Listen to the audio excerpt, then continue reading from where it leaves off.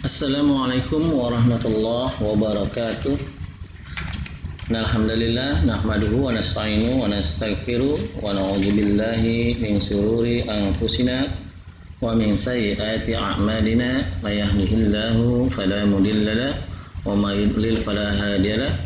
Asyhadu an la ilaha illallah wahdahu la syarika lahu wa asyhadu anna Muhammadan abduhu wa rasuluhu la nabiyya ba'dahu. Allahumma sholli wa sallim ala sayyidina Muhammadin wa ala alihi wa sahbihi ajma'in, amma ba'du. Hadirin sekalian, marilah kita panjatkan puji syukur kehadirat Allah Subhanahu wa taala yang telah memberikan nikmat kita, nikmat iman dan Islam khususnya, sehingga kita dapat istiqomah sampai saat ini menjalankan risalah yang telah disampaikan oleh Nabi kita Nabi Muhammad sallallahu alaihi wasallam. Untuk itu marilah kita aturkan sholawat serta salam kepada junjungan kita Nabi Muhammad SAW, kepada keluarga, sahabat, tabi'in, tabi'ut tabi'in, dan para pengikutnya hingga akhir zaman.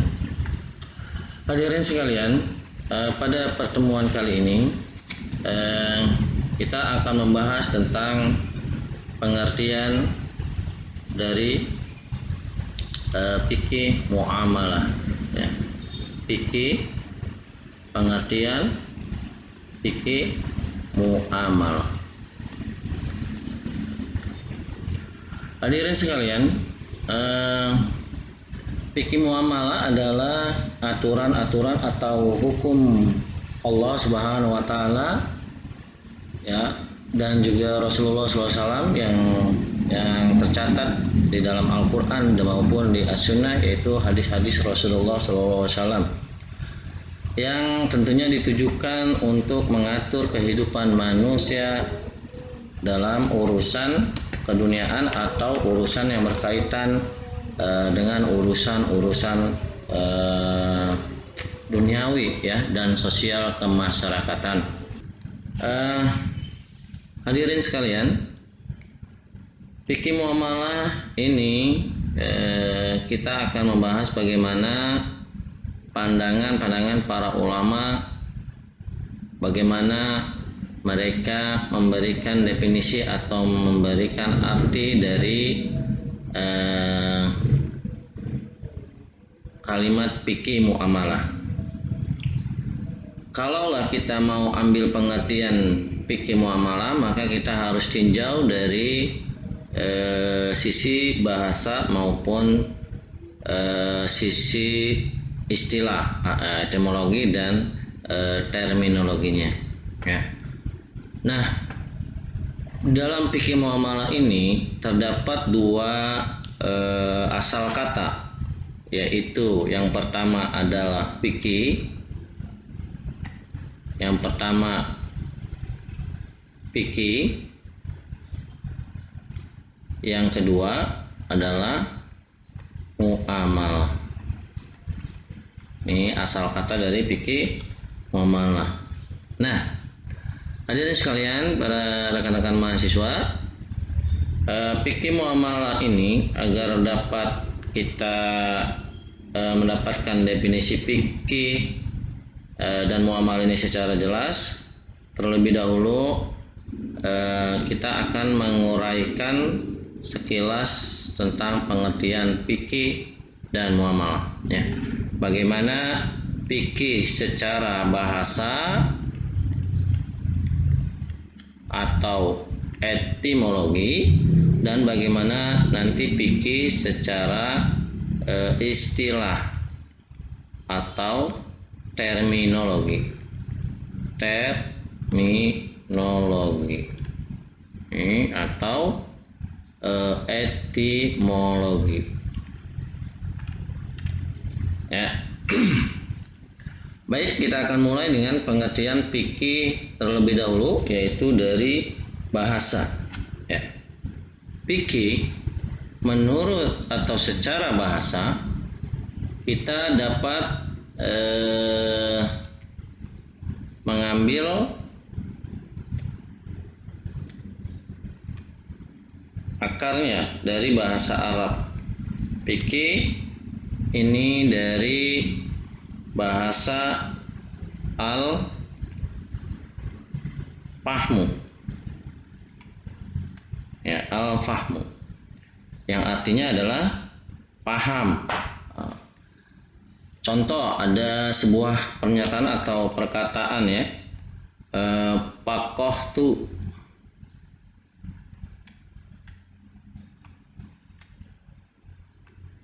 Pakohtu darsa.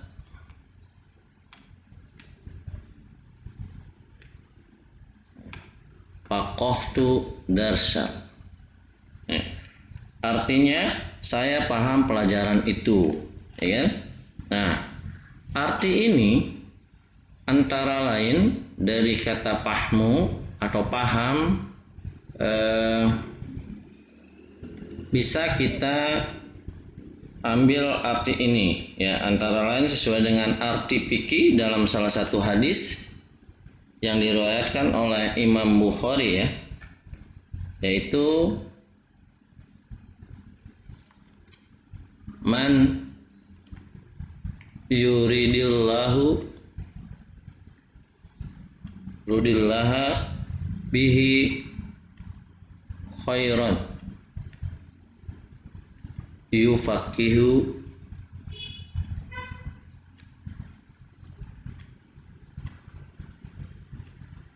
fiddin.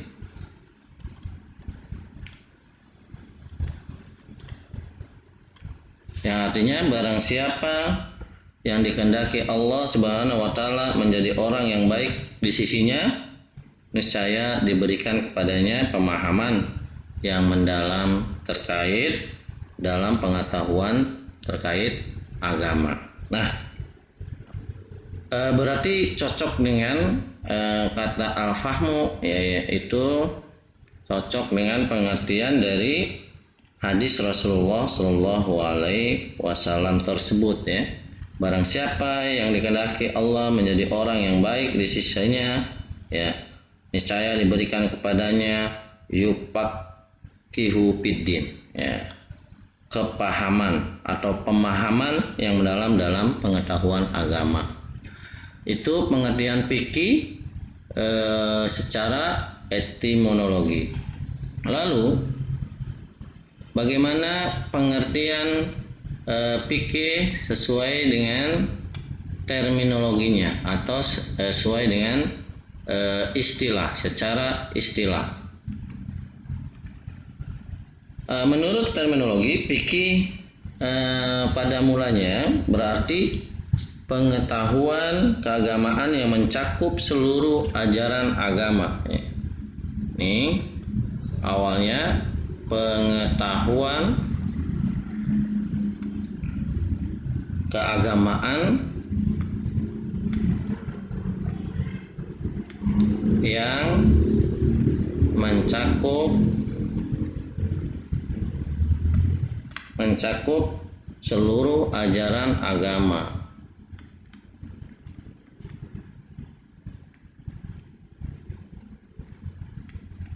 Ya, baik itu berupa akidah, kemudian ada amalia atau ibadah, maupun akhlak, ya. Ya, ini sama dengan arti syariah Islamiyah, ya. Artinya sama dengan syariah Islamiyah.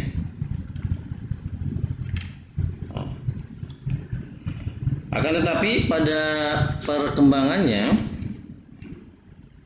fikih diartikan sebagai bagian dari syariah Islamiyah. Ya, ini pada mulanya fikih itu adalah syariah Islamiyah, tapi pada perkembangannya fikih menjadi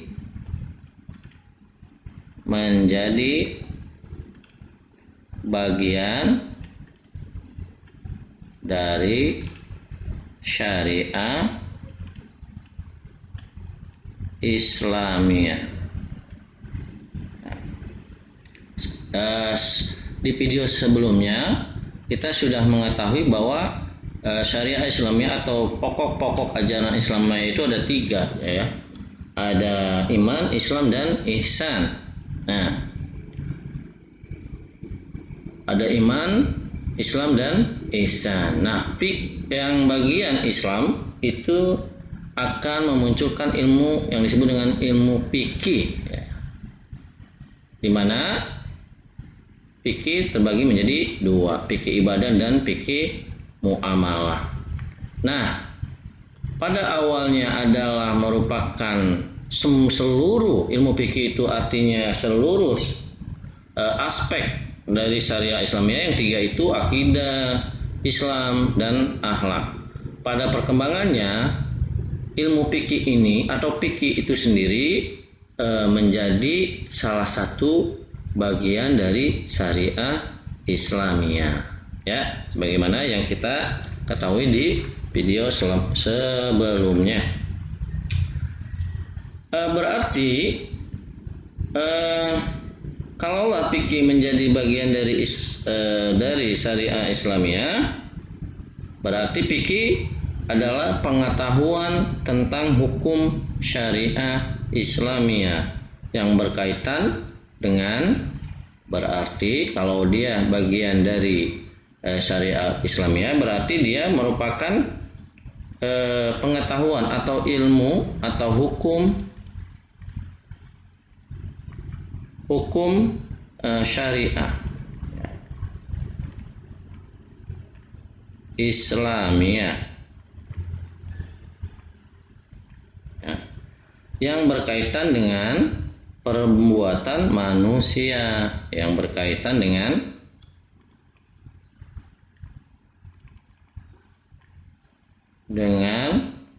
perbuatan manusia, baik yang telah dewasa, manusia yang telah dewasa ini tertuju kepada mukallaf, yaitu yang sudah dewasa, untuk orang yang dewasa ya, yang berakal sehat.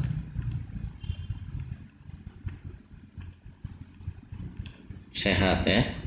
Kemudian diambil dari dalil-dalil,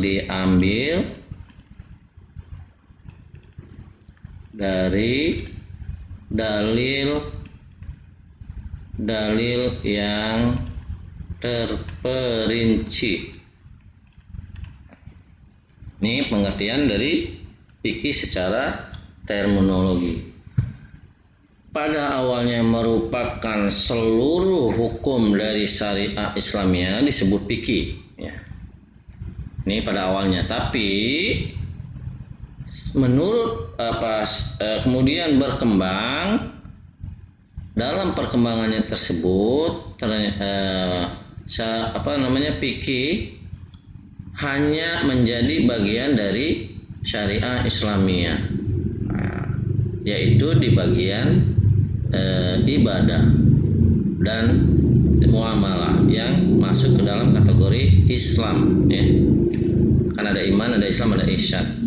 Kemudian karena fikih menjadi bagian dari syariah Islamiyah, maka hukum syariah Islamiyah yang berkaitan dengan perbuatan manusia itu pengertian dari fikih ya. Ini berlaku untuk orang yang mukallaf, dewasa, berakal sehat, dan hukum tersebut diambil dari dalil-dalil yang terperinci baik dari Al-Quran maupun As-Sunnah Rasulullah Shallallahu Alaihi Wasallam. Hadirin sekalian,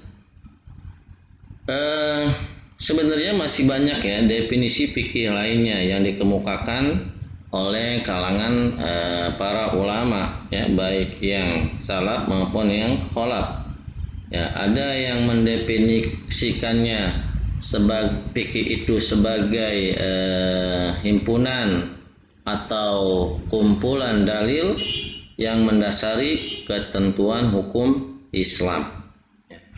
Kemudian ada pula yang menekankan bahwa fikih adalah hukum syariah yang diambil dari dalilnya. Ada yang memberikan pengertian seperti itu. Akan tetapi pendapat yang menarik untuk dikaji adalah pernyataan Imam Haramain, ya. Apa pendapat dari Imam Haramain? Ini yang menarik, ya, dari yang butuh dikaji lebih mendalam. Apa pendapat dari Imam Haramain terkait terminologi, menurut beliau terminologi fikih? Menurut Imam Haramain, ya, bahwa fikih merupakan, ini Imam Haramain,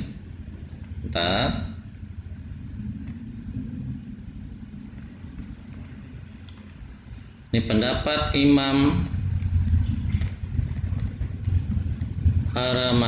Haramain berpendapat bahwa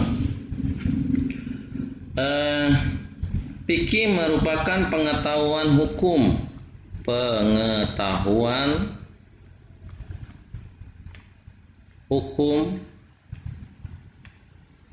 hukum syara dengan jalan ijtihad,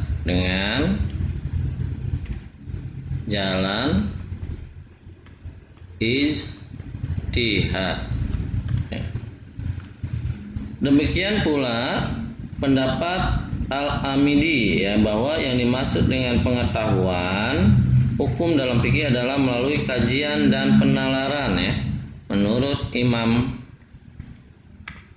Al-Amidi, ya, yang dimaksud dengan pengetahuan hukum dalam fikih adalah melalui kajian. Fikih itu harus melalui kajian dari penalaran, ya.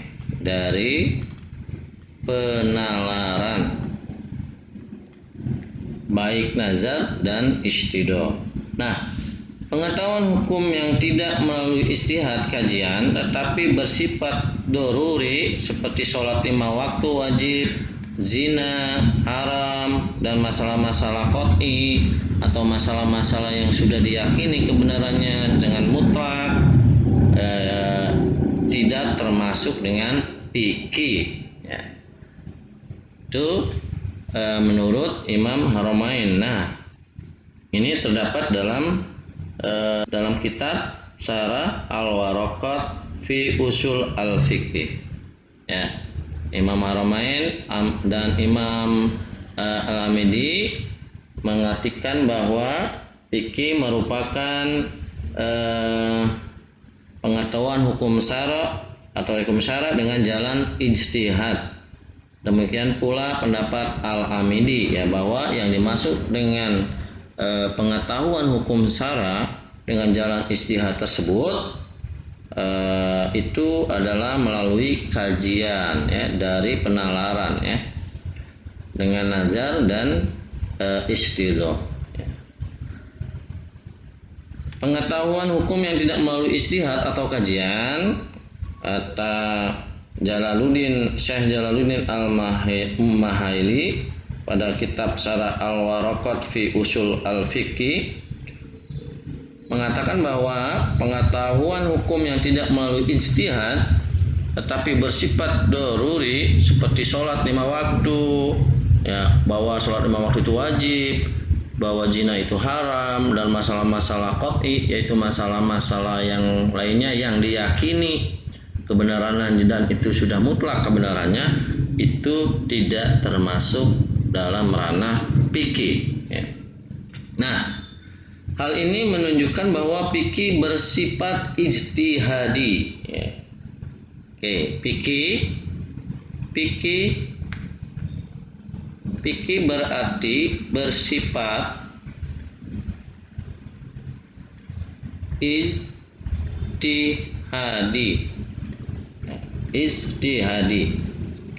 ya, atau zonni, ya, yang tidak qot'i, yang kebenarannya tidak diyakini mutlak, ya bisa, makanya terdapat berbeda pemahaman di dalam cabang-cabang ilmu fikih dan pembahasan-pembahasan pada tema-tema fikih, ya. Kemudian pada perkembangan selanjutnya, istilah fikih sering dirangkaikan dengan kata al-islami, ya, sehingga terangkai menjadi al-fikih al-islami, ya, fikih Islam. Nah, pada perkembangannya fikih dirangkai dengan kata al-islam, yaitu al-fikih al-islami, yang sering diterjemahkan dengan hukum Islam yang memiliki cakupan atau pembahasan yang sangat luas sekali. Nah, pada perkembangannya lagi selanjutnya, ulama fikih membagi fikih menjadi beberapa bidang, yaitu salah satunya adalah fikih muamalah. Nah, ini pengertian dari fikih secara bahasa dan terminologi yang terdapat pada kitab Al-Fiqh Al-Islami wa Adillatahu karya Wahbah Al-Juhaili.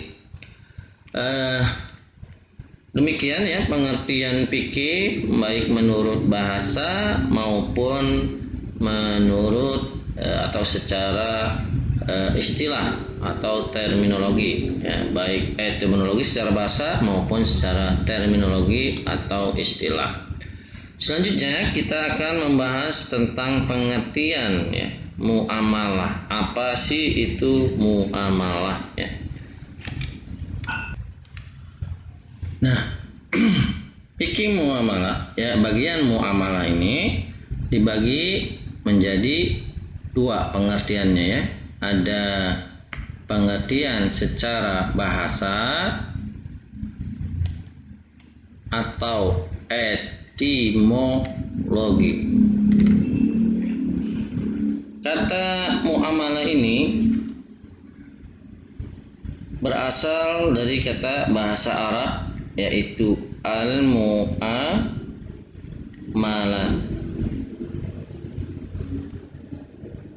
Al-mu'amalatu adalah bentuk masdar atau jamak dari kata amalat, dari kata amalat, ya. Misal amala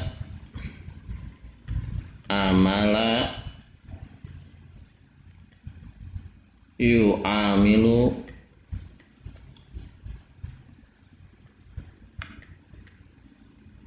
minum mu'amalatan,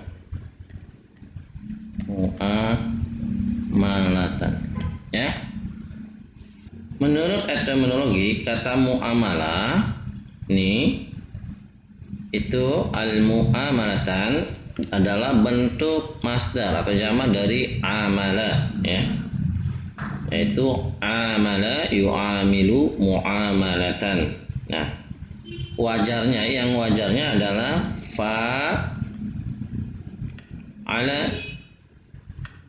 fa'ala yufa'ilu,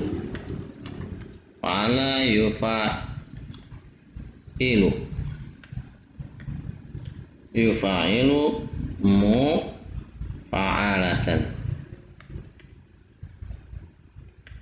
ya. Yufa'ilu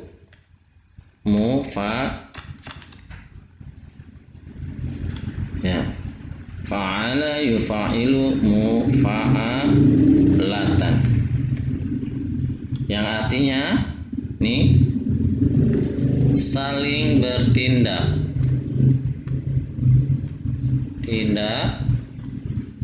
saling bertindak, saling berbuat,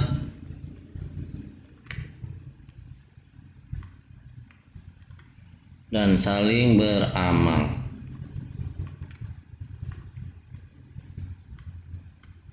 Ya. Ini muamalatan, ya. Saling berbuat, saling bertindak, saling beramal. Ini arti dari muamalah menurut etimologi. Lalu bagaimana pengertian fikih muamalah? Pengertian fikih muamalah, kalau kita tarik dari pembahasan pengertian dari kata fikih dan kata muamalah, maka menurut terminologi fikih muamalah dapat dibagi menjadi dua.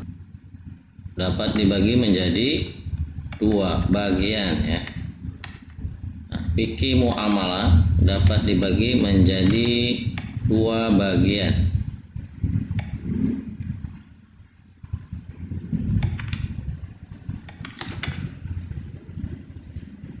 Yang pertama, nih, fikih muamalah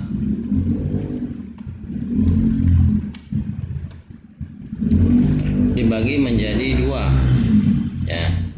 Yang pertama, pengertian fikih muamalah dalam arti luas.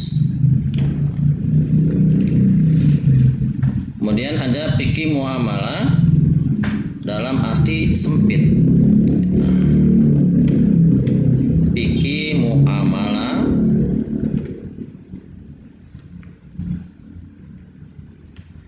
dalam arti sempit. Ya. Di antara definisi yang dikemukakan oleh para ulama tentang definisi fikih muamalah ini, di antaranya adalah menurut Ad-Dimyati. Menurut Ad-Dimyati,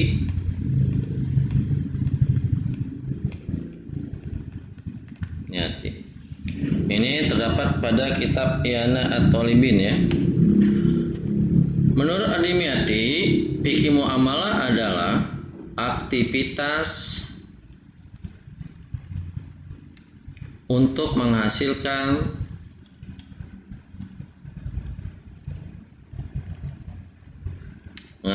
duniawi, menyebabkan keberhasilan masalah ukhrawi atau akhirat, ya. Ini menurut Ad-Dimyati. Yang kedua, fikih muamalah dalam arti luas menurut Muhammad Yusuf Musa. Muhammad Yusuf Musa. Menurut beliau, fikih muamalah artinya adalah peraturan-peraturan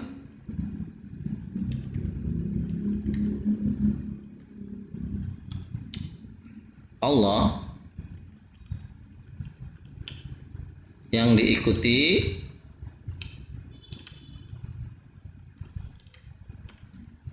dan ditaati dalam hidup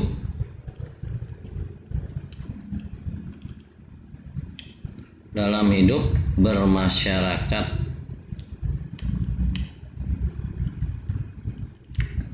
Untuk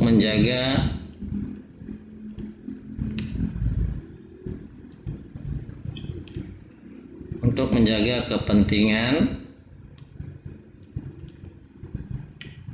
manusia.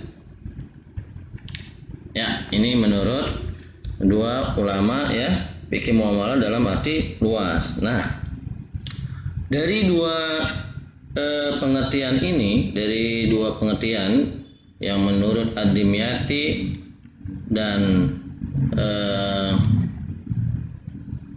Ad-Dimyati dan Muhammad Yusuf Musa, dapat diketahui bahwa fikih muamalah sebetulnya adalah aturan-aturan hukum Allah ya.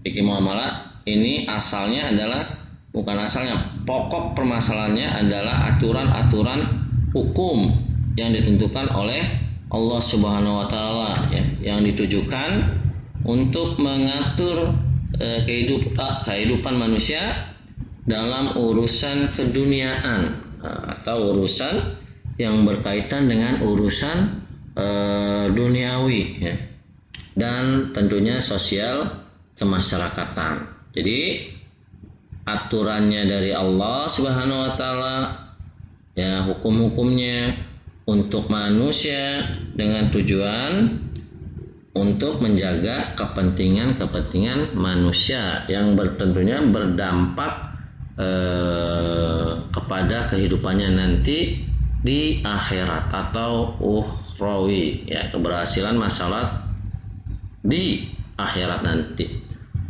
ya, keberhasilan seseorang manusia yang hidup di dunia dan juga keberhasilan manusia yang ada di dunia untuk tujuan akhirat, maka dia harus berhasil atau mempelajari dan menaati hukum-hukum Allah yang berkaitan dengan kepentingan manusia itu sendiri di dunia ya, yang berupa peraturan yang harus diikuti dan ditaati.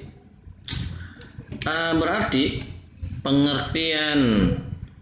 menurut pengertian ini manusia kapanpun dan dimanapun harus senantiasa mengikuti aturan yang telah ditetapkan Allah Subhanahu wa taala selama dia masih hidup, tentunya di dunia, karena nanti tujuannya adalah akhirat. Nah, sekalipun dalam perkara yang bersifat duniawi, sebab segala aktivitas manusia akan dimintai nantinya ya pertanggungjawabannya kelak di akhirat nanti ya, khususnya dalam peristiwa hisab. Dengan kata lain, dalam Islam tidak ada pemisahan antara amal dunia dan amal akhirat ya. Amal dunia dengan amal akhirat saling berkaitan. Kenapa disebut saling berkaitan? Karena urusan dunia mempengaruhi urusan yang ada di akhirat ya. Sebab sekecil apapun aktivitas manusia di dunia harus didasarkan pada ketetapan dari Allah Subhanahu wa taala agar kelak manusia tersebut dapat selamat di akhirat. Nah, itu pengertian muamalah dalam arti luas ya. Kita ambil pendapat Ad-Dimyati dan Muhammad Yusuf. Selanjutnya kita akan membahas bagaimana pendapat para ulama berkaitan dengan fikih muamalah dalam arti yang sempit ya. Ya, fikih muamalah dalam arti sempit ini artinya khas, ada kekhasannya, ada kekhususan. Nah, ada beberapa definisi fikih muamalah menurut pandangan para ulama. Saya ambil ada 3 pengertian ini diambil dari 3 ulama. Yang pertama itu ulama yang bernama Udori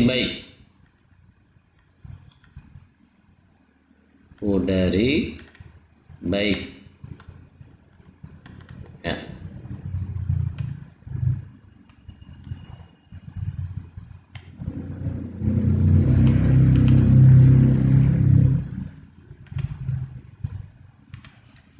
Menurut beliau, muamalah adalah semua akad yang membolehkan manusia saling menukar manfaat. Ini menurut Mudari Baik adalah muamalah, fikih muamalah atau muamalah adalah semua akad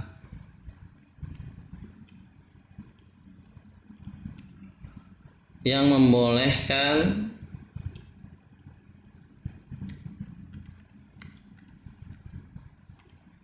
manusia saling menukar manfaat. Nah, nanti kita dalam pendapat dari baik ini semua akad yang membolehkan manusia saling menukar manfaat. Nah, akad ya. Contohnya nanti ada jual beli ya, gadai, utang piutang dan lain sebagainya ya, yang didasari aktivitas tersebut didasari semuanya dengan akad ya, saling menukar manfaat saling menukar manfaat di mana satu sama lain saling mendapatkan manfaat ya. Yang kedua yaitu dari pengertian dari Idris Ahmad.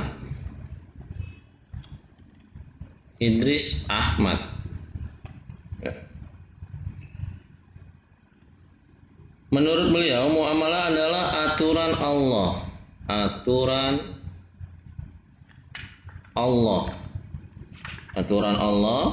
yang mengatur hubungan manusia dengan manusia dalam usahanya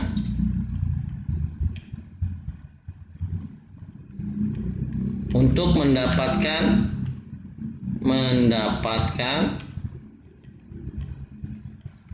alat-alat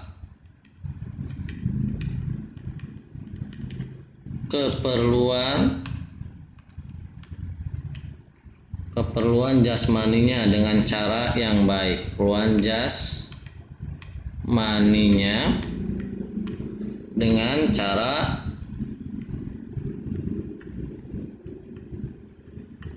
yang paling baik. Ya. Kemudian yang ketiga, yang terakhir, menurut Rashid Ridho,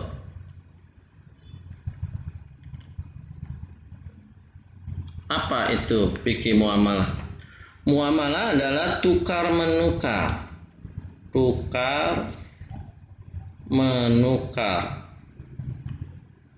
barang atau sesuatu yang bermanfaat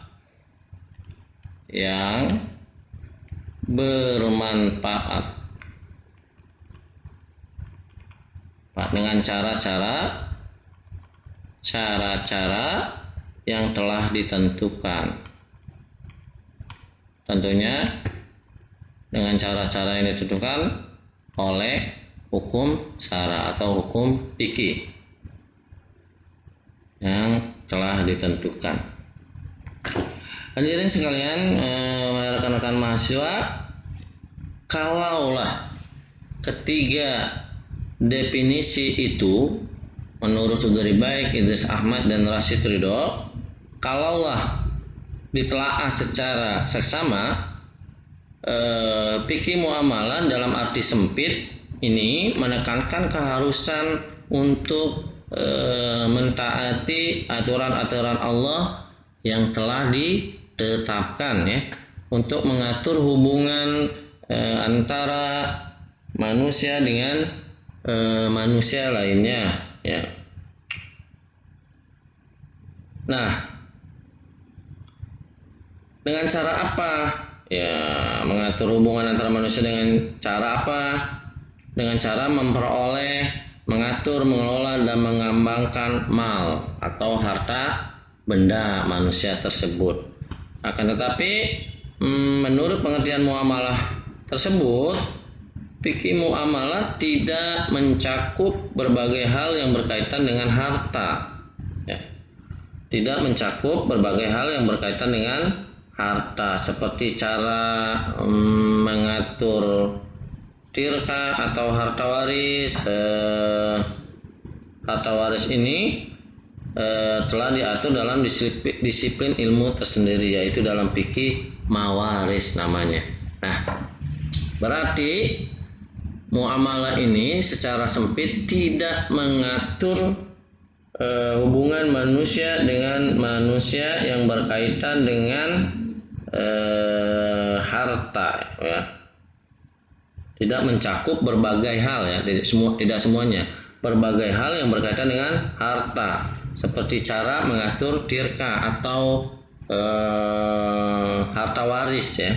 Sebab masalah harta waris ini sudah ada pembahasannya di yang disebut dengan fikih mawaris namanya. Demikian pengertian dari fikih muamalah, baik secara istilah dan secara bahasa sesuai dengan akar katanya. Berarti fikih muamalah dalam arti sempit yang tadi itu, fikih muamalah menekankan keharusan untuk menaati aturan-aturan Allah Subhanahu wa taala yang telah ditetapkan, ya, untuk mengatur hubungan antara manusia dengan cara memperoleh, mengatur, mengelola dan mengembangkan mal, harta benda. Menurut pengertian itu, manusia kapanpun dan dimanapun harus senantiasa mengatur hidupnya dengan mengikuti aturan yang telah ditetapkan Allah Subhanahu wa taala, sekalipun dalam perkara yang bersifat duniawi, sebab segala aktivitas manusia akan ada pertanggungjawabannya nanti di akhirat. Dengan kata lain, dalam Islam tidak ada pemisahan antara amal dunia dan amal akhirat. Sebab sekecil apapun aktivitas manusia yang ada di dunia harus didasarkan pada ketetapan Allah Subhanahu wa taala yang berlaku untuk kita sebagai umat Islam. Terima kasih. Pada pertemuan selanjutnya kita masih membahas pengertian fikih muamalah di bagian pembagian fikih muamalah. Bagaimana ulama-ulama membagi fikih muamalah. Ada yang membagi menjadi 5, kemudian ada yang menjadi 2 bagian, kemudian ada yang menjadi 4 dan lain sebagainya. Insya Allah dalam pertemuan selanjutnya kita akan membahas pembagian fikih muamalah dan ruang lingkup fikih muamalah. Terima kasih. Wabillahi taufiq wal hidayah. Wassalamualaikum warahmatullahi wabarakatuh.